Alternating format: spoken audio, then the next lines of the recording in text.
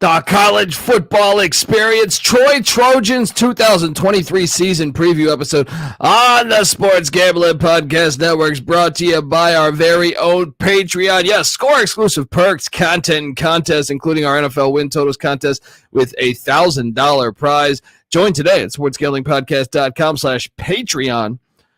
We're also brought to you by Game Time. Yes, download the Game Time app to get last-minute tickets at the lowest price guaranteed. All right. Use the promo code CFBX for $20 off. Once again, that's promo code CFBX for $20 off over at Game Time.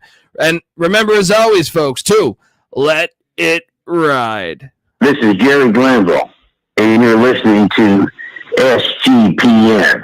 Let it ride, brother.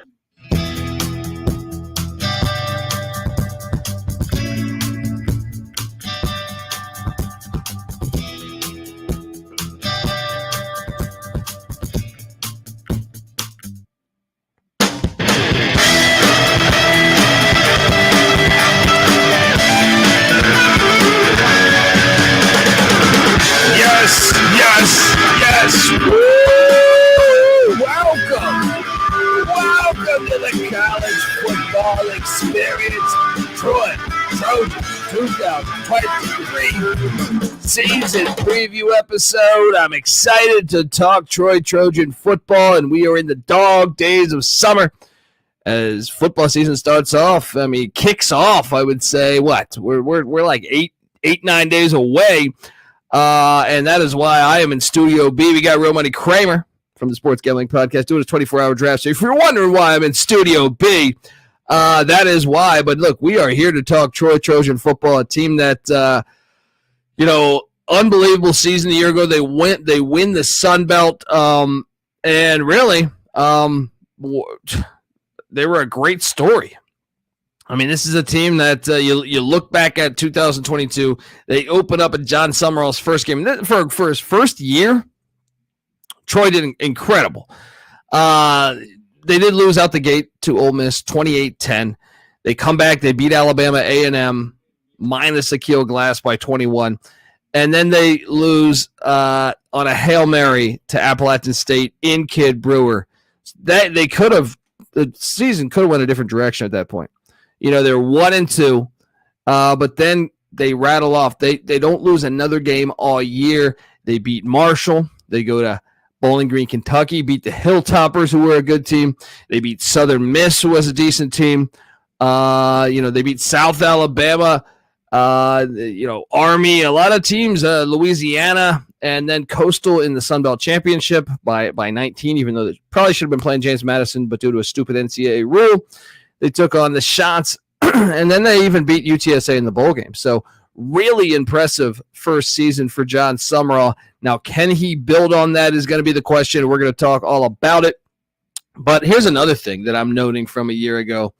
Short of the Hail Mary loss, right, which is obviously terrible luck, they had, I'm counting here, 1, 2, 3, 4, 5, 6,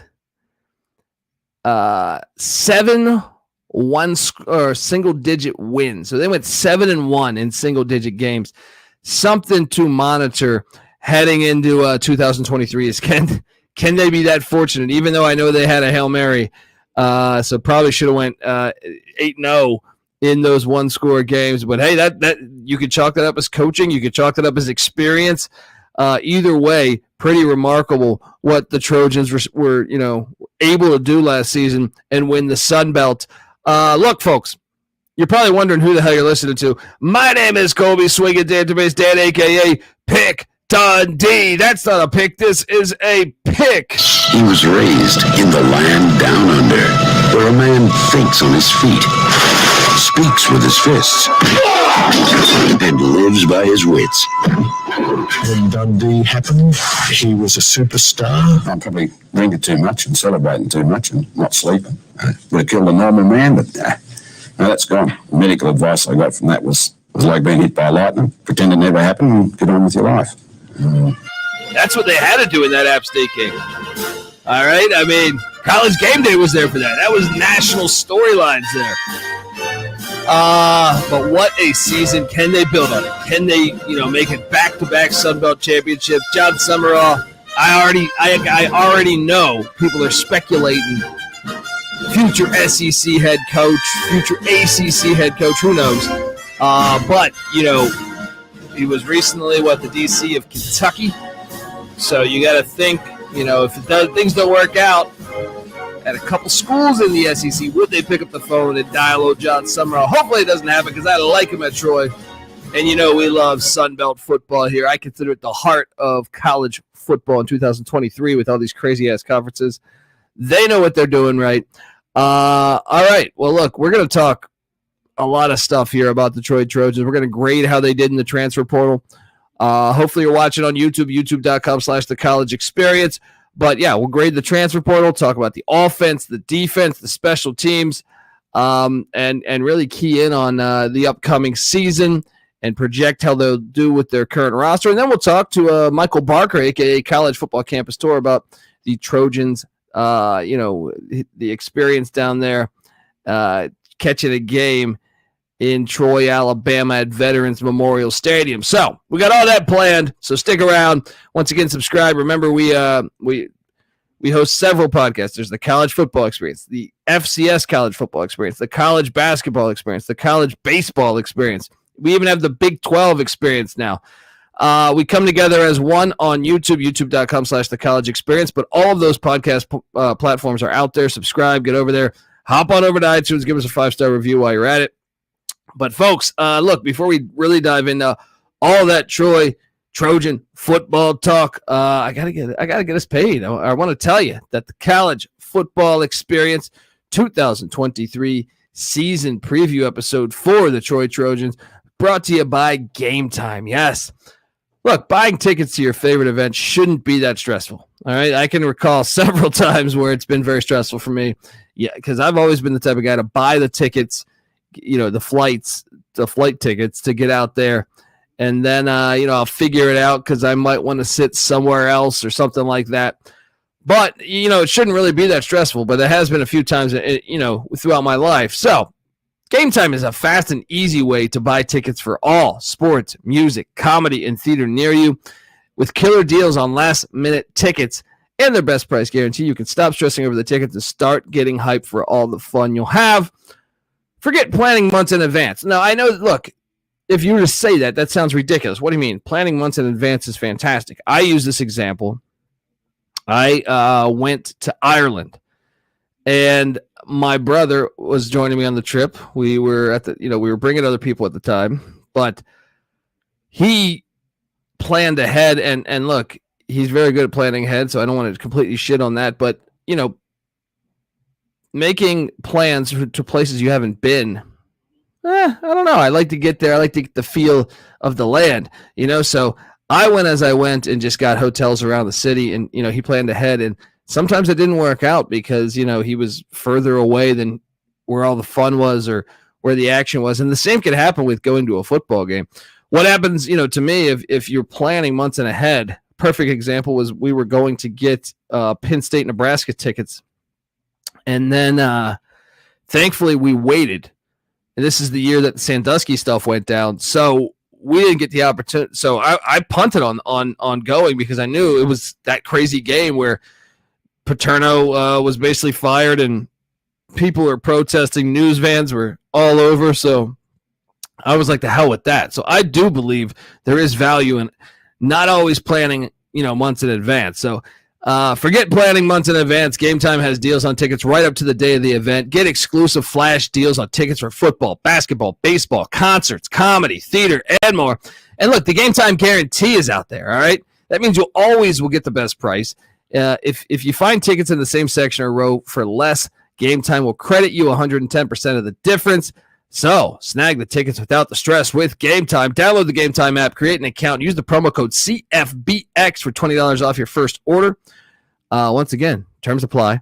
Create that account, use that redeem code CFBX for $20 off. Download the Game Time app today. Last minute tickets, lowest price, guaranteed.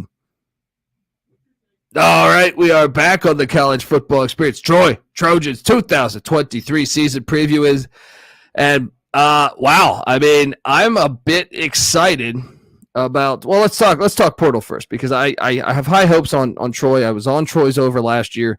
That thing hit for me, but you look at the Trojans in the portal. We try to grade the portal for every single team, minus Air Force, Army, Navy, and strangely Clemson. But looking at the portal this year, Peter Costanelli, quarterback, bounces out of Troy, heads elsewhere. 24/7 Sports doesn't even have that updated yet. And they lost Dogecoin a year ago too. Jared Doge, who had transferred in from Western Kentucky, he's now gone as well. So the quarterback spot, Gunnar Watson, is the guy again at Troy. Running back wise, they did have running back Charles Strong bounce out in the portal, hasn't landed anywhere, at least according to 24/7 Sports. Same with Jamontez Woods at the running back spot. And then the big one here, wide receiver Tez Johnson jumps out to the Oregon Ducks. Phil Knight with that bag of cash coming in and buying some players. Wide receiver Anthony Lewis also heads out to the we don't know where he's landed yet. At least 24/7 Sports hasn't updated that. But on the offensive line, Matthew Johnson also headed out in the portal. Hasn't had a destination spot yet. And in the on the defensive side of the ball, 3 guys in the secondary. Nasir Pogue hit the portal. Cornerback Kyle Cass hit the portal, and cornerback Elijah Culp. All said and done, Tez Johnson's really the only one that I think really hurts. Costanelli, I remember he used to play at Temple a few years back, right? But I would just say circle the Tez Johnson one. Now, incoming, Goose Crowder transferred in from West Virginia as quarterback to give him a little bit of depth. I think that's always a good option to have. You never know when your quarterbacks will get dinged up. So I do like that addition, adding Goose Crowder. Great name, too. They also added Asa Martin from the Memphis Tigers at the running back spot. That's another one I do enjoy. I think that's a great get for this team. I shouldn't say enjoy. That was a good get for the Troy Trojans. Also, wide receiver, and this is a 4-star transfer according to 24/7 Sports. Chris Lewis coming in from the Kentucky Wildcats to make up for that loss of Tez Johnson. Also, they added Landon Parker, a receiver from Wofford, and Sean Watson there, the head coach of the Terriers. Parker comes in, FCS kid, so we'll see how he does. But you can find some hidden gems in the FCS. We saw it with Jared Verse last year going from Albany to Florida State and was one of the best players on that Florida State team. They also added on the offensive line, and this is what I really like here. They go out and get offensive tackle Eli Russ from the Mullet, Mike Gundy in Oklahoma State. They also added 4-star transfer Colby Smith from the Auburn Tigers. Those are very good gets. And then in the secondary, on the defensive side of the ball, they got Reggie Bracey, a cornerback from the Iowa Hawkeyes. I believe he might have left the team because of the gambling probe. So he might be suspended. We gotta double check on that one. But I would still say they won the portal. Bringing in Russ and Smith on the offensive line. Bringing in Chris Lewis at the wide receiver spot, despite they lose to Tez Johnson. Also Landon Parker. And getting Asa Martin at the running back spot. And then Goose Crowder at the quarterback spot. I would say they still won the portal despite losing one of their best offensive players from a season ago. So we're grading that. That is a win for the Troy Trojans. Let's talk a little bit about this offense because, they did lose a lot from a season ago. You look at this Troy offense and you say, okay, what can we? They didn't, and that's another thing. They had games where they didn't score a ton of points, but 6 starters back. If you count the transfers who started elsewhere, I repeat, if they've started elsewhere, then they return. But you got to love the fact you're bringing back Gunnar Watson at the quarterback spot. Also, Kamani Vidal at the running back spot. He was second team All Sun Belt a year ago. And I guess I should note that this was the 80th scoring offense a year ago, 106th in rush offense, 53rd in pass offense, so 94th in total offense. So they got a lot of room to grow here. They really do. So Vidal is back at the running back spot. Watson's back at the quarterback spot. Now the wide receiver spot, this is where we're curious because when you lose Tez Johnson, you lose Ray J. Johnson, the UAB transfer. How's it going to work out now? Deshon Stoudemire, 14 starts a season ago. He's back. Marcus Rogers back. Jabre Barber is someone that they're counting on to step up and play big for them. Also, the players they got in the portal. So getting Chris Lewis, where will he fit in that projection? I don't know if he's going to end up starting day one, but it's a big get. Also, you got to like the tight end position here. Bringing back Deyunkrea Lewis and Clayton Olendiek. Those are experienced tight ends, and I can tell you that's always a good thing to have, especially if you have an offense that could be struggling at the with the rhythm of knowing your receivers. And Watson, they're breaking in some new wideouts. They lost 2 key guys from a year ago. In the early weeks of the season, sometimes it's nice to have that old security blanket at the tight end spot. On the offensive line, they return right guard Daniel King and right tackle Grant Betts. Besides that, everyone else is new. But like I alluded to, they went to the portal. They brought in Eli Russ from Oklahoma State, who's projected to be their starting center. They also brought in Blake Austin from East Tennessee State, who I guess I forgot to key in on the portal, but the Buccaneers' former offensive lineman comes over. And then Derek Graham, who got some burn a season ago. Circle the offensive line. I think that's the biggest thing here. I know the wideouts, but I feel like you can replace wideouts a lot easier than you can offensive linemen. So I think that is the key to Troy being a better offense than a season ago. They have 88 returning starts on the offensive line if you add in the transfer starts. That's a little tricky. But all in all, I expect the offense, just the fact that Sumrall year 2, I expect Joe Craddock, the offensive coordinator, to be a little bit more familiar with his personnel, and I expect him to take a jump in year 2, essentially. So the defensive side of the ball, which is Sumrall's specialty, and this defense was elite last year, 8th in the nation in scoring defense, 23rd in rush defense, 36th in pass defense, charting at the number 18 defense in America. They return 6 starters on the defensive side of the ball from a season ago. The defensive line returns 2 of 3. TJ Jackson, first team Sunbelt a season ago, and Buda Jones at the nose tackle spot. They're going to be counting on Javon Solomon to step up. He's got 16 career starts. So he's going to be the main guy, though. Third team Sunbelt a year ago. 4.5 sacks. Got to like the defensive line on this Trojan team. Then you look at the linebacking core. Okay, you bring back Richard Jabuner, and he was second team Sunbelt a year ago. Besides that, though, everyone else is new. Jordan Stringer, Jaden McDonald, those guys, it's going to be interesting to watch and see how they do. I think they'll be fine. Obviously, we're going to monitor the Reggie Bracey situation with Iowa because I believe, though, he was part of that gambling probe, and I think they kicked him off the team. We'll see what can happen there. I don't know. Obviously, you're innocent until proven guilty, but we will see what happens there with that scenario. But that is a concern because he was projected to be a starting cornerback. If not, they're going to be counting on Chris Rogers or maybe Vandy Clark, who's a redshirt freshman. They do have Oshai Fletcher back at the other corner spot. He's good. Also, safety spot. Reddy Stewart is back, but they are breaking in a new strong safety in Keyshawn Swanson. They also have Del Pettis back as well. So, all in all, I kind of think the defense, I would expect similar production. Now, that might be a slight regression, might be a slight improvement. It kind of, some of it, when you have 130 teams, some of that can actually just depend on, your schedule. Last year, they were at Ole Miss, home to Alabama A&M. They got Western Kentucky and Army, I think, in their non-con. It's kind of similar to this year as well. But, game here, game there, spot here, spot there. I think the defense will be on the same level. The offense, I think, should take a jump forward, so it should be another really good year. 12 wins a season ago. Let's see what they can do. And another thing is their 2 losses came in September. So you got to remember, when you're a first-year coach, you're getting familiar with the personnel.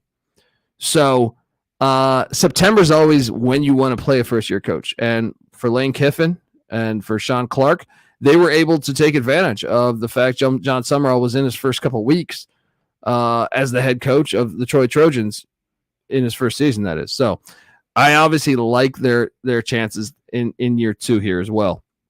We're going to go game by game on the schedule in a second here. But before that, I want to tell you that the college football experience is brought to you by Sports Gambling Podcast Patreon. Yes, sign up for the Patreon to get access to exclusive contests, including the NFL Win Totals contest with a $1,000 first place prize. Besides the season-long contest, we also have weekly contests just for the patrons, plus a monthly SGP Stories podcast, completely ad-free and full of behind-the-scenes stories from SGPN. There's even a Discord channel just for the patrons. Only you can prevent corporate gambling, so do your part and sign up today. SportsGamblingPodcast.com/Patreon. That is SportsGamblingPodcast.com/Patreon. All right, we are back on the college football experience. And like I said, first off, we're breaking down all 133 teams, and I think we're deep into the hundreds here.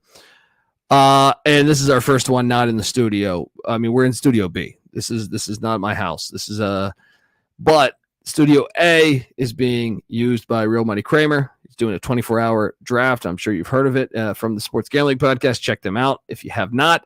But we are breaking out all 133 teams, and the train doesn't stop just for that. All right, so if you were watching all of our other previews, we're in the studio, and normally you see a sweet graphic behind me. We just have the SGPN graphic. We don't have the same setup. It normally would tell you the win total. So the win total is sitting at 8, according to right now over at DK. I mean, on first reaction, I would say you got to hammer the over here. Yes, I know there's a little bit of question marks on the offensive line. But remember, last year they even had to play at App State, which I think is one of the tougher spots. They also got Marshall. So I think there's two really good Sun Belt East teams they drew from a year ago. We'll see what they do this year. But on first reaction, when I see 8 games, I'm like, oh, I'm going to hammer that over. Let's get to it. Week 1, Stephen F. Austin. The Lumberjacks are coming into Troy, Alabama. Stephen F. Austin's a decent FCS, so they should take them. I mean, Troy should beat them, but take that game seriously because Stephen F. Austin's got some offense that can move. So I do have the Trojans going 1-0. And then they have a critical game in Manhattan, Kansas, against Kansas State. Winners of the Big 12 a season ago. Kansas State always a dangerous team. They return a ton. 5 offensive linemen back for K-State. Will Howard back. They go out and get Trayshawn Ward from Florida State in the portal. But we saw Kansas State. They lost to Tulane a year ago. All right, they have a little Iowa to them in that sometimes they don't just blow you out. It's close games, and one play here, one play there can make all the difference. So it would not shock me at all if the Troy Trojans ended up beating Kansas State in Manhattan, the Little Apple, especially with that Missouri game on deck for Kansas State. It's an old Big 7, Big 8 rivalry. But I'll favor K-State. Let's say they lose that game, even though I think that's a game, and obviously Troy's got a history. Troy went into Missouri and won in the Brad Smith era. I think they beat Oklahoma State early in Gundy's career, if memory serves me correct. They beat LSU at LSU when Ed Orgeron was the head coach. So they've had a knack for doing this over the years, and it wouldn't shock me at all if they went into the Little Apple and got the win. But let's say they lose that game 1-1. Then gigantic game here, what should have been the Sun Belt Championship game a season ago, but stupid NCAA rules. James Madison comes to town. Now, James Madison, I do love their line of scrimmage. They are planning to start a redshirt freshman quarterback. This will be his first real road test, I think, because I think they get Utah State after. I favor Troy here, but obviously this is a game that can go either way. James Madison, people didn't realize that. I don't think people realized how good they were in the FCS and to come up and really look good. Even their losses, you could argue, that was when Centeio, their starting quarterback, got injured. They were a really good team a year ago, and they're probably going to be really good again, despite losing Centeio to the XFL. But I'll take Troy in Troy, Alabama. Now, do I expect it? Troy played a ton of close games. I am a little nervous about the regression on that, but I think they should be like a 3-point favorite here. So I will take Troy to beat JMU. And then the very next week, the rematch against Western Kentucky. Now, this one is very interesting because Austin Reed, Western Kentucky star quarterback, hit the portal and then decided to come back to the Hilltoppers. And this was a close game a year ago. This is going to be a good one. And I favor Troy once again, but this is a very challenging month of September schedule here. The very next week, they head to Atlanta to take on Georgia State at Center Park Stadium. Georgia State's a weird team. I feel like Georgia State is the type of team that if you're not paying attention will beat you. I still would favor Troy here. And then they have homecoming October 7th against the Arkansas State Red Wolves. I do believe they will beat Arkansas State, not very high on Butch Jones' squad. And then they head to West Point to take on the Army Black Knights. And this was a game a season ago. They're going to have to go up there. The good thing here is it shouldn't be too cold in West Point around October 14th. But I'll say this. Maybe they get a second loss somewhere in there. All right, so maybe they get a second loss somewhere in there. I personally have them favored in all the games except Kansas State. So that would be a 6-1 record heading into the bye. Maybe you could talk me into 5-2, but yeah. So they get the bye week and then they head to San Marcos to take on Texas State. I think they should be able to get that win. And then they host the South Alabama Jaguars on a Thursday night. This game is fantastic, folks. This game was a 4-point game a season ago. South Alabama brings back a ton. Troy won in Mobile last year. This is a nice matchup on a Thursday. I actually favor South Alabama based on the returning production. I think South Alabama is a slightly better team, but you got to win at Troy. So I don't know. Maybe it makes it a wash. So I would. That's to me the one where I would favor South Alabama. So K-State and South Alabama would be really the two games that I would favor the opposing team. Then they head to ULM to take on Terry Bowden and the Warhawks. And as Patty C says, never fade a Bowden in a big game. But I think Troy gets that done, and then they're hosting the Raging Cajuns on November 18th. Michael Desormeaux, big year for him. But I expect Troy to be the better football team, and I think they'll get that done. And then on November 25th, they head to the Rock. Welcome to the Rock. To take on Southern Miss. I think that game is very sneaky. Very sneaky. I think Southern Miss is going to continue to get better. So I'll call for an upset there. In my opinion, worst case scenario is 8-4, 7-5. The win total is sitting at 8. I had them going 9-3 when I went through this. I went K-State as a loss, South Alabama as a loss, Southern Miss as a loss, but I could totally see them winning those games. A little nervous about the JMU Western Kentucky stretch, but I think you ride the over again here, and I feel pretty good about it. So I will take the over on Troy, and I think you might even hear me say this one on our Locks Pod, which will be a couple days before the season. So let's load up again. I locked them up last year on the over. Let's do it again. Troy Trojans, over 8 wins. I see it happening for Jon Sumrall. The offensive line's got to step up. I think that's the key to this season. I even think they'll be fine with the wideouts that they have. It's really just the offensive line and staying healthy, continuing to win those close games, or hopefully they're not even in the close games. But I do like the over here. All right, folks, before we get out of here, I had a chance to sit down with Michael Barker to talk about, his experiences to Troy, Alabama. Michael Barker is College Football Campus Tour. If you don't know who he is, you need to be following him because the guy's been to every college football stadium, and I'm sure you're going to hear me say that in a minute here.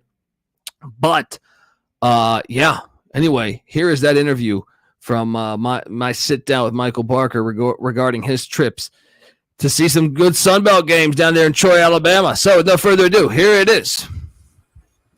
Joining me on the College Football Experience, Troy Trojans 2023 season preview episode is none other than Michael Barker, a.k.a. College Football Campus Tour.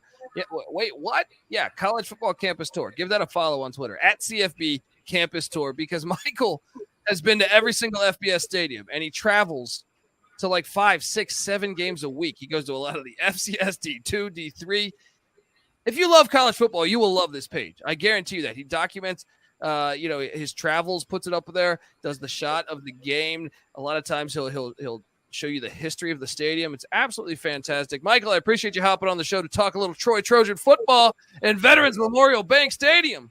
Yeah, we love any name that has Veterans and Memorial in it, and it's got both. So, and it's in the Sun Belt, which is my wheelhouse. So very excited to talk about Veterans Memorial Stadium.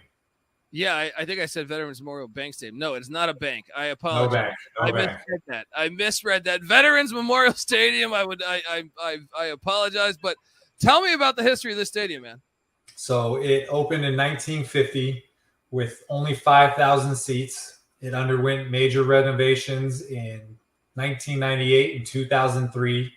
Its current capacity is 30,000. You did talk about a bank. Well, there was a brief period between 2003 and 2010 where it was named Movie Gallery Stadium, which was a video rental chain. And when your company goes bankrupt, then you can no longer have your name on a stadium. And so it went back to being Veterans Memorial Stadium in 2010. In 2017, there was a $24 million project to the north end zone. Absolutely amazing job. The record crowd they had there was 31,010 last year against Army. And any Army game is a dogfight, and they won that game 10-9. And they really lean into the Trojan theme all over campus, but specifically in the south end zone, there's a bronze Trojan statue overlooking the stadium. Just cool vibes down there in Troy. Yeah, and they're really good, man. They're really good. I love the style of football they play. But, I've never been to this stadium. I'm looking at the Google images right now. It looks like a cool stadium to get to. Love the name, as we alluded to earlier. How many times have you been to the stadium? So I've been there 4 times for a game, and this is tied for my record. 4 is the most I've ever been to anywhere. 2017 to 2020, I went each year. And Troy, I just thought it was a great place. I mean, I looked at real estate in Troy and all that, but the most memorable game was 2017, and they played Idaho, who's no longer in the Sun Belt, and they beat them 24-21. So, and I met Idaho fans. And the next week, I went to Idaho for the last FBS game in the Kibbe Dome. So it was a cool back-to-back weeks. But this place is, even since I visited in 2017, it's changed. You go back and look at photos from the mid-90s, it's night and day. Like you said, they have a great team. They have a great coach. They played in the conference championship and beat Coastal last year. So they have some great things going. And we know Alabama is a crazy football state. And Troy, they've knocked off LSU, and LSU, they've done big things. And I wouldn't be shocked if they ran it back and won the Sun Belt again this year. Yeah, for sure. And you're right. Alabama does do college football right. I'm looking at this awesome photo, by the way. I like that little brick column they have in the end zone, like a little brick, I don't know, something cool, but it's in brick, and it's just a beautiful stadium. So I got to get there sometime. Michael, I appreciate you hopping on the show. Folks, give him a follow on Twitter at CFB Campus Tour. You will not be disappointed. And like I said, if you love college football and you're not following them, I question how much you love college football. Get over there at CFB Campus Tour. Michael, I appreciate you hopping on the show. And maybe I'll catch you at Veterans Memorial one day. Yeah, this is a great one to go to. Plenty of opportunities during the Fun Belt weeknight game, so we got to make that happen. Let's go. Appreciate you hopping on the show, man, and have a wonderful fall. All right. Thank you, Colby. I'll see you on the next episode. Sounds good, man. Take care. All right, you too. Michael Barker, this guy's phenomenal. He goes to every single college football game in the world. I mean, follow his Twitter page throughout the football season. You will be shocked at the amount of travel and all the great photos he takes and stuff like that. So give him a follow at CFB Campus Tour on Twitter. And folks, look, I got to get down there to Troy, Alabama, because I love what the Sun Belt is doing in general, but Troy as well. They're, with all this realignment shit, teams going this way, that way, I think it's so much better. It's refreshing to see a conference like those in the MAC or the Mountain West or the Sun Belt that are all regional and got those rivalries built in. So, folks, I'm on the over. I feel very good about it. Subscribe to the College Football Experience. First off, give us a follow on Twitter at TCE on SGPN. I'm on Twitter at TheColbyD. Give me a follow as well if you can. And subscribe on iTunes, all right? Spotify, any of those ones. The College Football Experience. I also host the FCS College Football Experience. I also host the College Basketball Experience, the College Baseball Experience with Noah Beanick, and we now have the Big 12 Experience. So Big 12 fans, get on over there and check it out. We come together as one on YouTube, youtube.com/the College Experience. Also, check out the Sports Gambling Podcast as they break down all 32 NFL teams. Get that SGPN app for free in the App Store and Google Play Store. And come talk Sunbelt football with us in the Discord, or basketball or baseball, right? sportsgamblingpodcast.com/Discord. You will dig it. All right, folks, until next time, this is the college football experience, Troy Trojan style. You better start thinking about yours, and we out of here. Run and shoot. We can really run and shoot. And the whole team's looking and the whole world's looking with the gamblers.